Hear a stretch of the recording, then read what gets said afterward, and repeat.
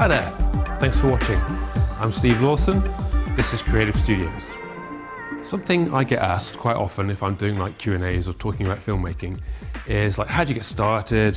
What's your first feature film? And sometimes I say, oh, my first film was Survival Instinct, 2013. But if I want to be a bit more honest, I'll talk about The Silencer, which was a feature film I co-directed back in, we started 2004, it finally came out in 2007. But actually, I can go back quite a bit further than that because my first actual feature-length production was in 1997. It was shot on S-VHS, if anyone remembers that format, and it was a sci-fi action horror movie called Thunderstrike.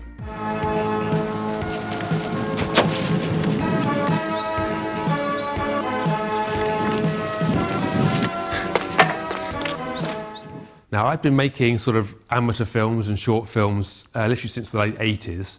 I know I don't look old enough, but it's true. I've been doing it ever since I was literally about sort of 8 or 9 years old. And I was shooting on a format called VHS-C, if anyone remembers that. It's compact VHS, like these little mini VHS tapes. And you had to put them into a converter thing and then put that into VCR and they would play. So the quality, obviously, as people will remember, shooting on VHS and editing on VHS, the quality was so poor. It was always very, very disappointing. And I was editing, basically, if you've ever read Robert Rodriguez's book, it was 2 VCRs cabled together, and you just press play on one, you press record on the other, and you use the pause button to kind of edit out the bits you don't want, and it's just horrendous. You lose so much quality, the edits are always jumpy and horrible. So basically, I was making these films, but I never tried to make a feature film just because it would have been unwatchable, trying to sit for an hour and a half watching something that's been cobbled together on 2 VCRs. Just terrible stuff. So when I went to university, this was back in, I guess it was 96 when I first went to university, and the university had a proper edit suite and it had proper video cameras that were S-VHS, which was like the sort of more professional version of VHS. They were like great big cameras that sat on your shoulder like this, and they had all big buttons on them. I think they were Panasonic, if I remember rightly, or maybe Sony, I can't remember now. And the edit suite was like a proper, it was like not, obviously it was not a computer, it was an edit suite. In the sense of it was a room with loads of machines with buttons and lights and sliders and screens. It was like, Starship Enterprise control deck. It was wicked. And this was my first chance to actually, shoot and edit stuff that didn't look horrible. And so what I did when I was at uni, instead of basically concentrating on my university course, I spent my whole time just making films using the university's cameras and university's edit suite just for my own purposes, basically. And that was when I made my first feature, Thunderstrike. The name Thunderstrike was just cobbled together from the 2 current Jackie Chan films at the time were Thunderbolt and First Strike. So I just stuck it together and came up with Thunderstrike and just made a load of nonsense about this kind of post-apocalyptic world. And I played the hero who had to go out from this walled city into this post-apocalyptic world, and I think there was like a bad guy who had a missile. It was nonsense anyway. But what I was doing was basically making use of this new technology that I had, these big cameras and this wicked edit suite. And there were lots of little tricks that you could do. So apart from just the improvement in quality and the fact that you could properly edit stuff, there were lots of little interesting tricks that I'm going to talk about that we had on the cameras and on the edit suite back then. First of all, the camera itself, I think it was a Panasonic brand. It was called an MS4 or something like that, MS5, I think. Big thing, sat on your shoulder, and a great big VHS tape or SVHS tape went in the machine, went on your shoulder, and there were these big buttons on the side.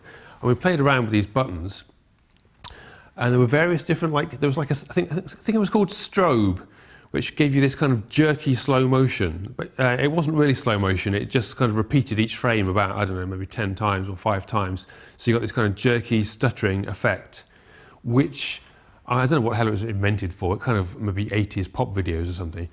But it looked like what we call Samovision. A Samovision is this kind of cheap slow motion that they use in Hong Kong movies, or they used to back in the 80s and 90s, where instead of shooting proper high-speed photography to get slow motion, they would just print each frame multiple times, so you get this jerky slow motion of each frame would actually appear on screen for maybe 5 frames. It's a way of basically when you shot something in normal speed but you wanted to slow it down, in post. So this strobe mode on the camera gave you this kind of jerky motion that looked like slow motion. We call it Sammo vision because Sammo Hung, the director and filmmaker, used to use this jerky slow motion all the time. So what I did and what we did was basically switch on this strobe mode, then have people move really slowly, because then when you played it back, it looked like full speed footage that had been slowed down in this jerky slow motion effect. So it was this kind of way of creating this Hong Kong style slow motion, because we couldn't really do slow motion, even with a proper edit suite in those days, you couldn't do slow motion. So we used that in the fight scenes to kind of try and create this Hong Kong movie style slow motion effect. So that was one of the little things that we could do with this camera. The other thing you could do with this camera is it could memorize, it had a little memory for still frames somehow. I've got to try and remember this correctly. And what you could do is you could press a button and it would like grab a still frame, I think. And then there's some other button you could press and it would do like kind of a dissolve to this still frame. So again, back in the day, you couldn't really do dissolves properly, like from one piece of footage to another piece of footage. But using this freeze frame dissolve thing within the camera, you could create a kind of a dissolve effect. So that's something I used, which I'm going to show you the clip now, to create what looked sort of like a dissolve from one shot to another, but in fact it was just going to a still frame. That was just another of these little tricks you could use on the camera. Now you'll notice looking at this footage, it's heavily tinted. That wasn't done with any kind of post-production trickery. That was literally just we had plastic gels. They weren't even proper lens filters.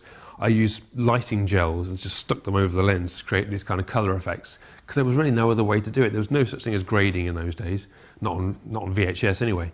And so to try and make it look in some way filmic or less like sort of camcorder footage, I used to stick these coloured gels over the lens, and of course that killed the picture quality, but to me it was worth it to try and create something that just didn't look like home video.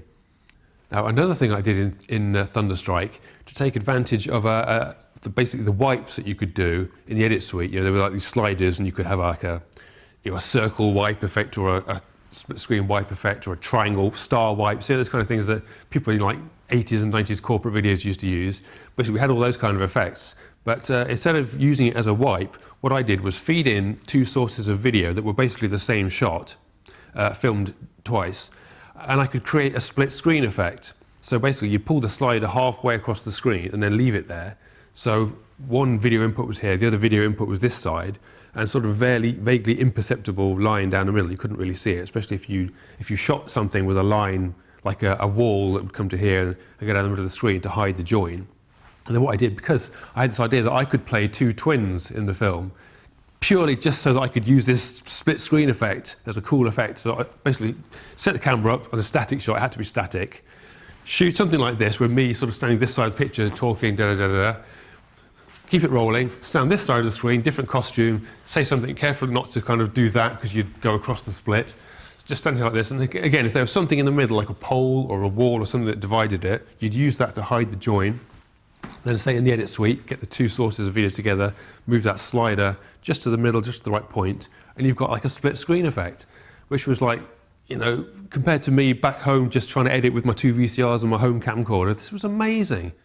So yeah, basically using all these little simple tricks that you could do on this semi-professional, I guess it was, edit suite. It wasn't like a TV station or anything. It was just kind of what you had in a provincial university in like 1997. But to me, it was an absolute goldmine of like amazing, cool things I could do for my sci-fi movie. And I put together this, you know, so-called feature film that had influences from everything I was into at the time. So it was films like, there was like Escape from New York was influenced, Mad Max, obviously Hong Kong movies. I was really into God of Gamblers, the Chow Yun-fat film at the time. So there was all this kind of gambling and card playing scenes, weird stuff like that. Basically all the kind of weird cult stuff I was into at the time. So looking back at it now, it's like really interesting to see what a young me was kind of, how I was influenced by all the stuff that was around at the time, all the cult movies that were big in the 90s, which to me, looking back, was like a really great time because there was so much like cool stuff, and it was still that time. The internet was just starting to be invented, but basically it was still the time when you had to seek out these films and find them on VHS and sort of dodgy pirated copies and things like that.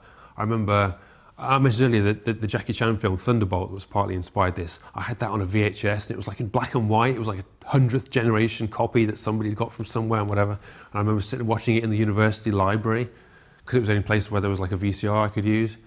Memories. So yeah, basically this is how we struggled in the 90s to make films. It's so different to today. And the things you could achieve were so kind of simple, but at the time, it was a revelation for me. It was amazing to be able to make a feature, basically a feature film that was sort of basically was watchable and half decent. It was so cool. So yeah, that was how we made indie action feature films back in the 90s. A lot of struggle, but slightly better than the 80s, if I can put it that way.